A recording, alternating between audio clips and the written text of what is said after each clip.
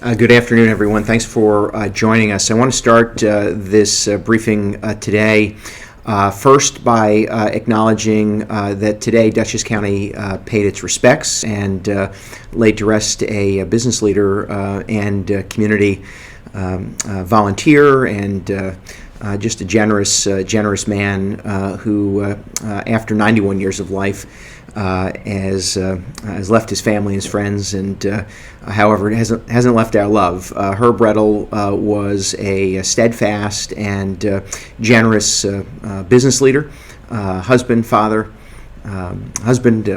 grandfather, and friend to many. And his generosity reached from the people he helped to find their way to jobs, to contributions to our community, and the support and generosity toward not-for-profits and community organizations, health care institutions across Dutchess County. So on behalf of the nearly 300,000 people who call Dutchess home, I want to extend our thoughts, our prayers, our love to the Rettel family, in particular his 4 daughters and his wife, his high school sweetheart, Sue.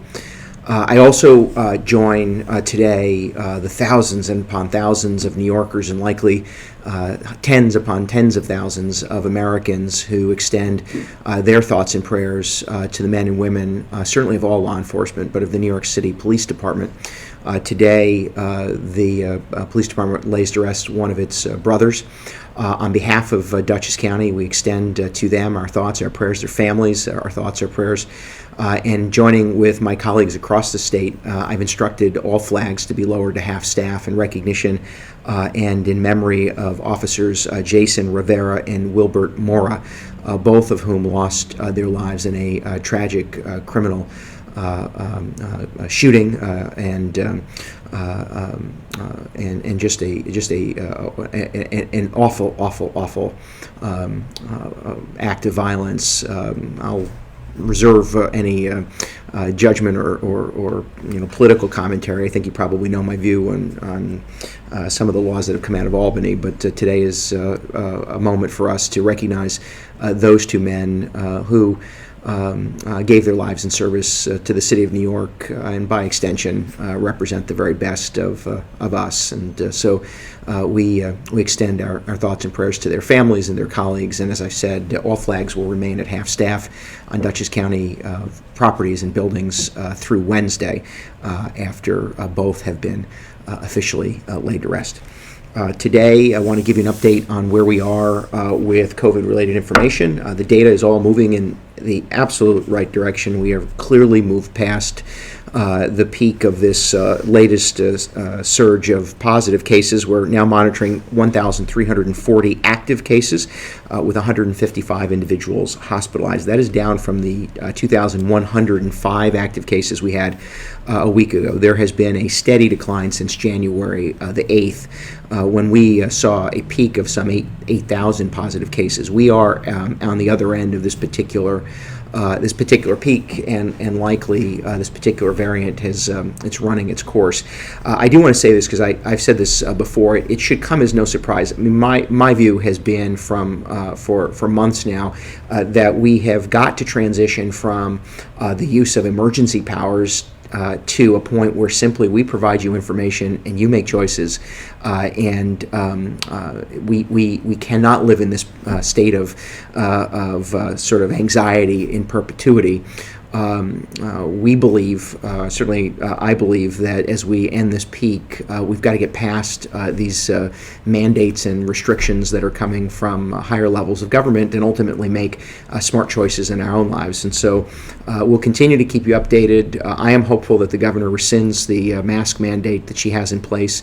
It ought to be rescinded on February 1st. I personally don't believe that young kids should be masked at all.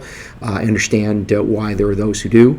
But we have to get to a point where we make a clear decision that we're not going to leave masks on kids indefinitely.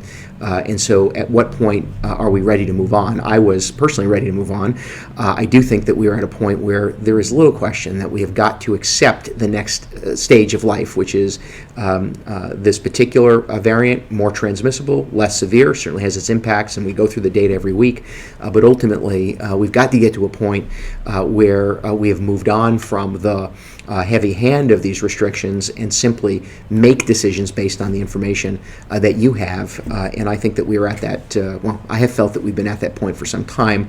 I'm hopeful that my friends in other levels of government would appreciate that for our kids, for their families, and for all of us. It is time to proceed with reasonable caution, but making those decisions that work best for you as an individual. That said, we continue to provide you updates on testing. We're averaging 2,362 tests over the last 7 days. This does not include take-home tests. So this particular data point is becoming less and less meaningful.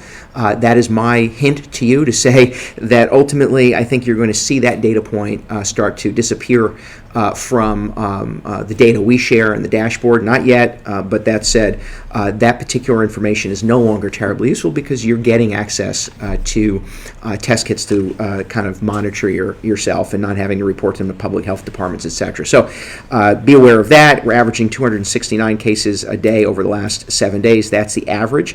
Our new cases per 100,000 is 64.69. That is significantly down. All of these are right in the right direction. Sadly, we are at 597 individuals who have succumbed to this virus. Our hospital data average over the last 14 days, 169 patients on average, with 155 currently hospitalized.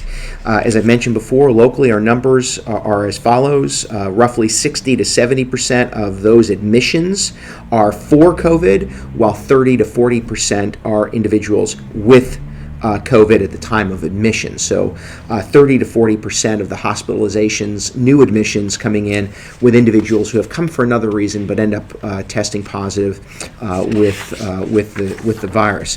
58% of those hospitalized were partially or not fully vaccinated, with 42% of those hospitalized having been fully vaccinated. And as we've said before, we went through some of this data in more detail last week.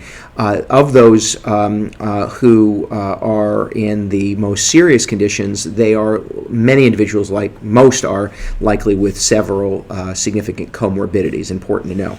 Hospitalization, 1% of those average over the last 7 days are 18 years of age or younger, 12.2% are 19 to 44 years of age, 25.9% are 45 to 64, and 61% are age 65 years or older. Vaccination information, we're at 84% of adults having chosen to be vaccinated, 75% of the total population having received at least one dose.